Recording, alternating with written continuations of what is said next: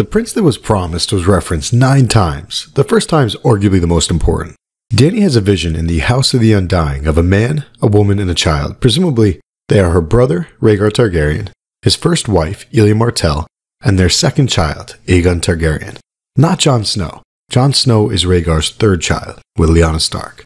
In that vision, Rhaegar tells Lyanna that the child, Aegon, is the prince that was promised, and his is the song of ice and fire. Rhaegar also says there must be one more. The dragon has 3 heads, possibly alluding to Rhaegar's eventual third child, Jon Snow, also named Aegon. So in this vision, Rhaegar believed that his first son, Aegon, was the prince that was promised.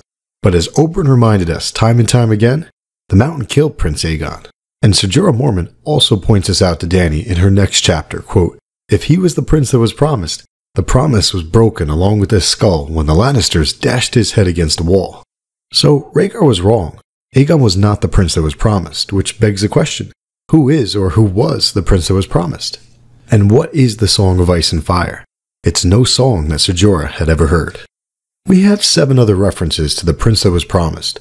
The 8th time that we hear about the prince that was promised is from Sir Barristan the Bold.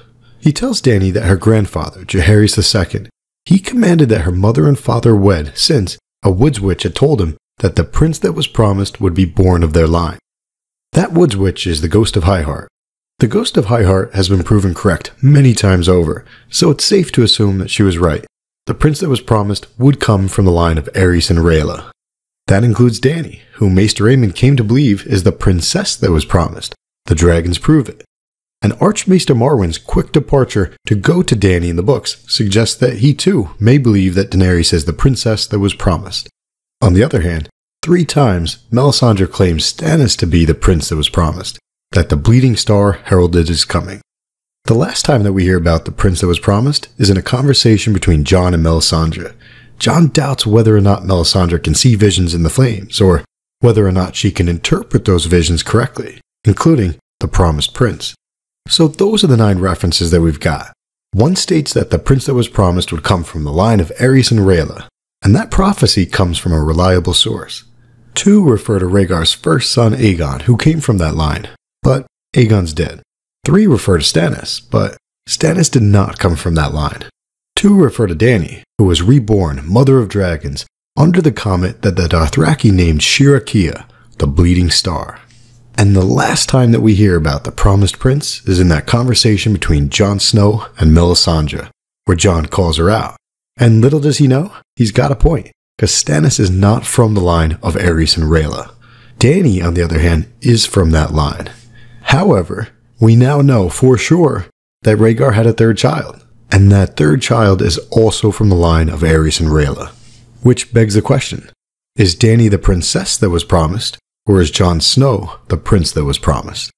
Maester Aemon told Janos Slynt that the Lord Commander, Jeor Mormont, he chose Jon to be his personal steward because he saw promise in him, as do I. That's a subtle clue, a George R. R. Martin type clue to the prince that was promised. Jeor Mormont and Aemon saw promise in Jon Snow. And it gets better. A lot of people make promises in this story, but one promise stands out. Promise me. Jon Snow is literally the prince that was promised. Lord Eddard promised to keep his identity secret. Ned promised that he would protect him. Promise me, Ned. The fever had taken her strength and her voice had been faint as a whisper. But when he gave her his word, the fear had gone out of his sister's eyes. A promise to a dying sister. Jon Snow is the prince that was promised, and his is the Song of Ice and Fire. A love song. The Son of Ice and Fire. And it's no coincidence that the promised prince is now preaching about promises. But when enough people make false promises, words stop meaning anything. Then there are no more answers, only better and better lies. And lies won't help us in this fight. Jon Snow was not born under a bleeding star, but he was born under a bleeding star with a K. A bleeding Stark. Which leads us to the next 3 topics. The secret identity of the first Night King, Jon Snow's 3rd death, and Daenerys Targaryen's fate.